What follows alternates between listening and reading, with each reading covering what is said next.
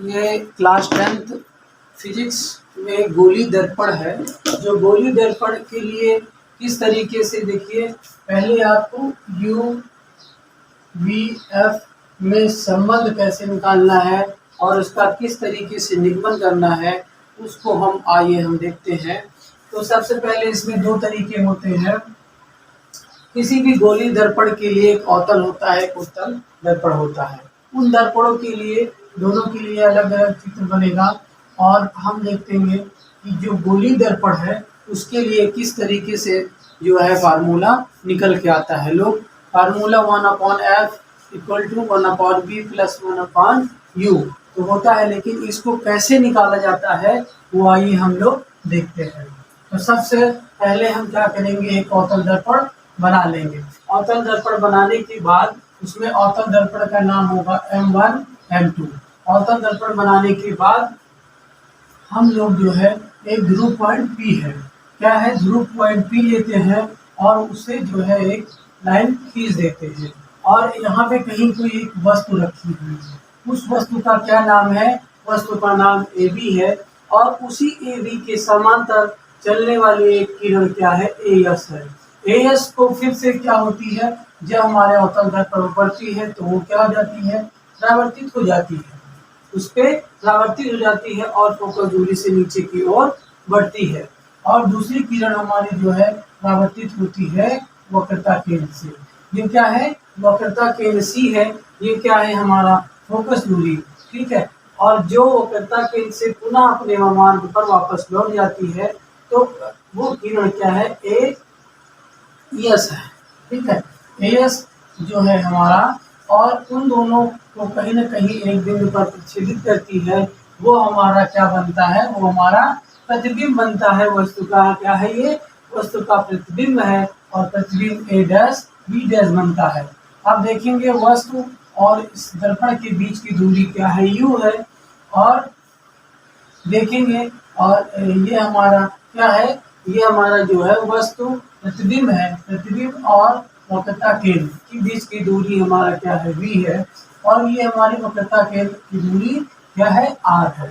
इस तरीके से इन सभी दूरियों का मान हम लोग रख लेते हैं और देखते हैं कि वस्तु से दर्पण की दूरी जो है -U हो जाता है और वस्तु से प्रतिबिंब से A', B' की दूरी क्या है, -V है, और वक्रता त्रिज्या -R है, फोकस दूरी हमारा -F है। ये सब माइनस की वैल्यू क्यों होती है, नेगेटिव वैल्यू क्यों होती है, क्योंकि अवतल दर्पण में यदि हमारा जो सामने से फोकस जाता है, दूसरी ओर हमारी क्या होती है, बारिश होती है, तो वस्तु हमारा जो उसका प्रतिबिंब है वो हमारे ही तरफ बनता है, लेकिन वस्तु क्या होता है, इसका उल्टा प्रतिबिंब बनता है। तो इसीलिए यदि हमारा दायां पक्ष में, ठीक है, यदि हमारा बायां पक्ष में और दायां पक्ष में जो इसके वस्तु का प्रतिबिंब बनता है, ठीक है, देखिए ये हमारा अवतल दर्पण है, इसका जो प्रतिबिंब बनता है हमारा बायां पक्ष में, तो वो क्या आ जाता है, निगेटिव। इसी तरह के सारी वैल्यू हमारी क्या होंगी, निगेटिव की वैल्यू होंगी। अब हम लोग देखते हैं इस तरह क्या है बनता है हमारा, इस तरीके से हमारा एक फिगर बनता है त्रिभुज ABC में। दूसरा हमारा देखिए त्रिभुज बनता है, क्या बनता है, A', B' में।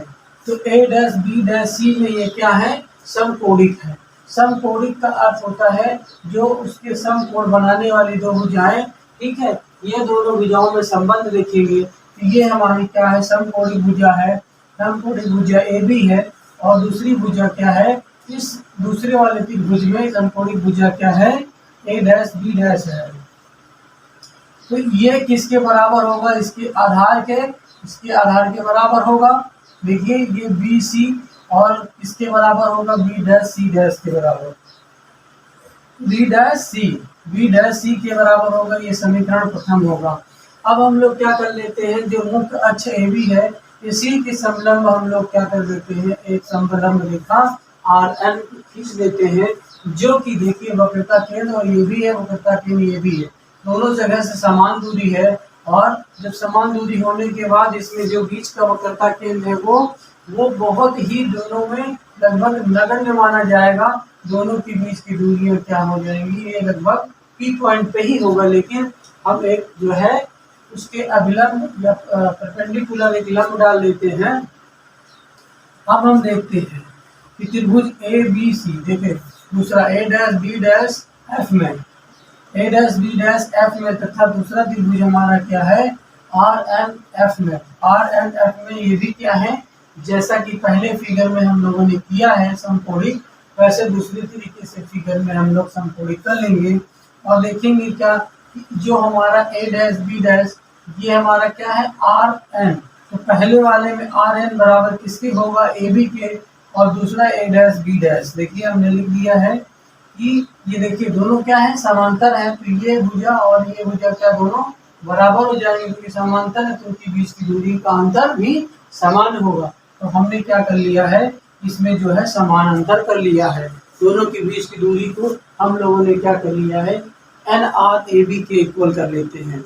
जब एन आर ए बी के इक्वल कर लेते हैं तो देखेंगे इस वाले एन आर की जगह हम क्या रख देंगे, ए बी रख दिया हमने, ए बी रख दिया। दूसरे में क्या होता है इसका और दूसरे का प्रतिबिंब क्या है ए डैश बी डैश है। फिर इसी तरीके से फिर क्या रख देते हैं हम लोग पी एफ, इसका आधार क्या है देखिए पी एफ, क्योंकि एन एफ क्या है, एन एफ को हम बहुत ही नगण्य मानते हैं, एन एफ को हम मान लेते हैं डायरेक्ट पूरा क्या है पी एफ है, तो हम लोग पी एफ मान लेंगे। दूसरा क्या है उसके जो है ये वाला B dash F, B dash F मान लेंगे। अब समीकरण 1 और 2 को दोनों को खुला कर लेंगे, देखेंगे इसका लेफ्ट हैंड साइड उसके जो है जो लेफ्ट यानी जो हमारा बायां पक्ष होता है वो दोनों बायां पक्ष बराबर होते हैं, तो दायां पक्ष भी क्या होंगे बराबर हो जाएंगे। इस तरीके से हमने दोनों को जो दोनों भुजाएं हैं देखिए पहले वाले समीकरण में इस वाली भुजा को और दूसरे वाले में हमने इस भुजा को, दोनों इस भुजा क्या कर लिया बराबर कर लिया। क्यों, क्योंकि इसका लेफ्ट हैंड साइड जो इसमें लेफ्ट हैंड साइड है इसका देखिए लेफ्ट हैंड साइड, ये लेफ्ट हैंड साइड क्या है दोनों बराबर हैं, इसलिए राइट हैंड साइड भी बराबर होंगे।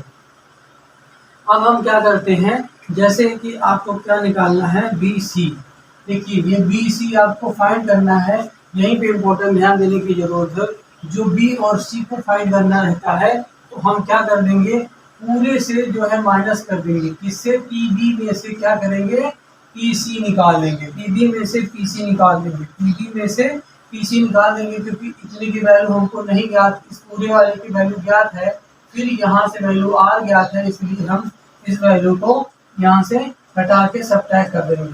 फिर दूसरा चीज हमारा क्या निकल के आता है, दूसरा चीज हमारा निकल के आता है कि हमारा बी डैश सी, देखिए बी डैश सी, अगर हमको ये वैल्यू निकालना है तो देखिए ये वैल्यू कितना है यहाँ से लेकर पूरा आर है, और आर में से अगर आपको इतना निकालना है तो कहाँ तक आपको v निकालने होंगे, क्या निकालने होंगे v निकालने होंगे, तो माइनस आर में से माइनस बी, जैसा साइन यहाँ पे दिया हुआ है वैसे ही साइन आपको सेम उसके वैल्यू के हिसाब से आपको रख देने हैं।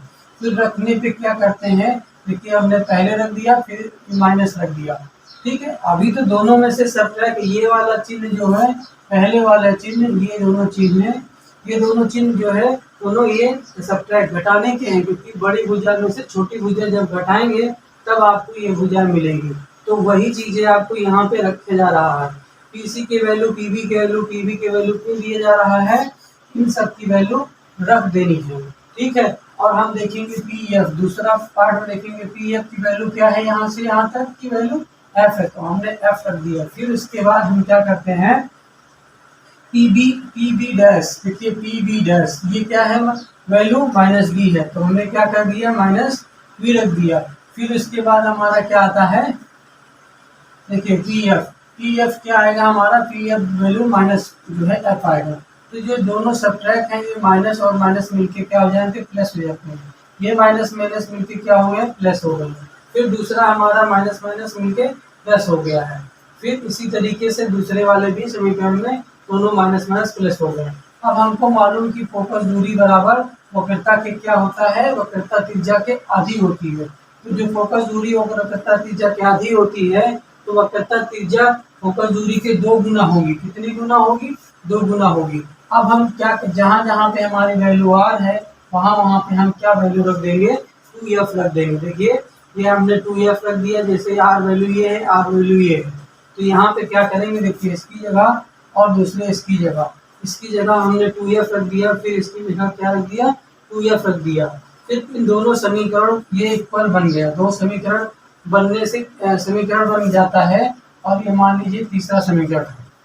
अब क्या करें, इन समीकरणों को जो है तिरछा गुणा, ब्रज गुणा, तिरछा गुणा या तिर्यक गुणा कर लेंगे। देखिए आमने सामने इधर का जो है इधर की संख्या से गुणा कर लेंगे, दूसरे साइड में इधर से गुणा कर लेंगे। जब हम गुणा करेंगे तो गुणा करने में जैसे हम लोगों ने बहुपद में गुणन फल ज्ञात किया है, उसी तरीके से गुणनफल के तरीके से हम लोग इन संख्याओं को गुणा करेंगे। देखिए पहले जो है इसमें ये और दूसरा संख्या ये है।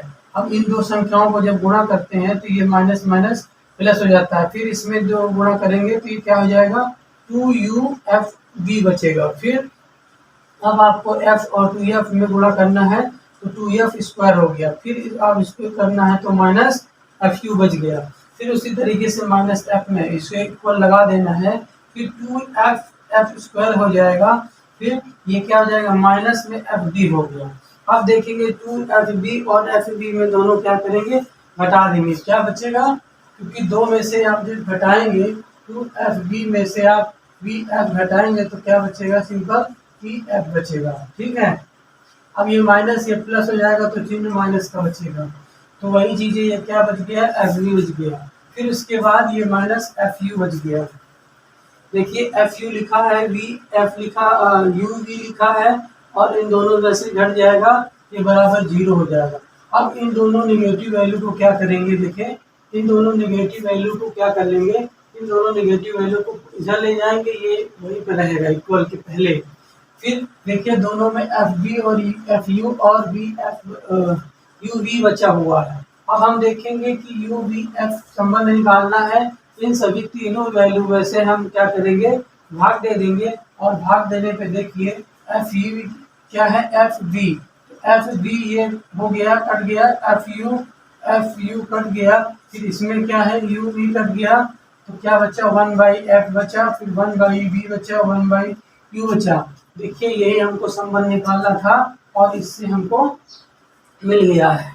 अब एक चीज विशेष तौर से ये याद रखना है, यदि उसका थ्योरेटिकल पोर्शन लिखना है आपको तो जिस तरीके से फिगर में दिया है उसी तरीके से उसको हमको वैल्यू को रख देना है। सबसे पहले हम क्या करेंगे, एक अवतल दर्पण लेते हैं, m1 m2 लेते हैं, फिर वस्तु AB है, ठीक, वस्तु AB के शीर्ष पॉइंट है, वस्तु AB के शीर्ष पॉइंट से हम समांतर रेखा क्या करेंगे अवतल दर्पण पर किसी बिंदु R पर जो है काटती है। तो जैसे वो काटेगी फिर वो परावर्तित होकर जो है फोकस दूरी से होकर जो है हमारी रेखा जाती है। दूसरी हमारी रेखा AS होती है जो कि हमारी फोकस दूरी से होकर किसी बिंदु S पर मिलती है।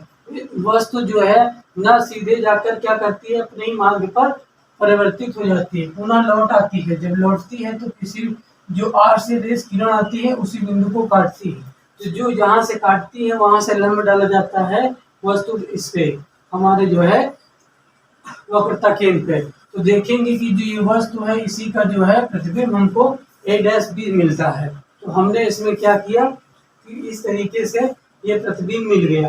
फिर हमने क्या किया, R से एक हमको निर्माण करना है, रचना करना है, लंब डाल देना है। तो जो क्योंकि हमको जो है प्रूव करने के लिए इस पे लंब डालना होता है, तो लंब हम डाल देंगे तो इस तरीके से वो क्या बन जाएगा आर्यन बन जाएगा। क्योंकि हमको क्या है दो त्रिभुज लेने हैं, पहले ABC लेना है, फिर ABC लेना है, A', B' लेना है। फिर ये दो त्रिभुजों में हम जब समकोणिक नियम लगाएंगे, समकोणिक नियम लगाने के बाद फिर हम देखेंगे त्रिभुज A', B' में और RNF में, ठीक है। आर्यन बहुत ही इस दोनों के समांतर होगा, इसलिए AB और ये दोनों क्या हो जाएंगे समांतर हो जाएंगे, ठीक है। इसी तरीके से अब हम क्या संबंध निकाल लेंगे, जब समकोणिक कहते हैं तो ऊपर बनाने वाली समकोणिक, फिर दूसरे फिगर का वो भुजा, देखिए AB भुजा दूसरे के A', ये दोनों भुजाएं क्या होंगी, दोनों समकोणिक के रूप में बनेंगी, अर्थात AB बटे A', होगा। फिर दूसरा BC हो जाएगा, फिर इसमें B', हो जाएगा। इसी तरीके से इस त्रिभुज में भी समकोणिक नियम लगा लेंगे।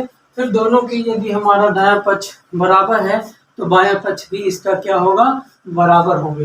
तो हमने देखिए लेफ्ट हैंड साइड और राइट हैंड साइड को इक्वल कर दिया। समीकरण। फिर हमने क्या किया, उन दोनों की वैल्यू को सब में, जैसे VC की वैल्यू नहीं ज्ञात तो हमको PV की वैल्यू ज्ञात है, तो PV में से हम क्या कर देंगे, VC निकाल लेंगे, तो हमको क्या क्या मिल जाएगा, VC की वैल्यू मिल जाएगा। इस तरीके से आप इसको स्क्रीनशॉट ले सकते हैं और अपने आप से कोशिश करें कि जो है अवतल और उत्तल दर्पण में सबसे पहले इम्पोर्टेंट फिगर है।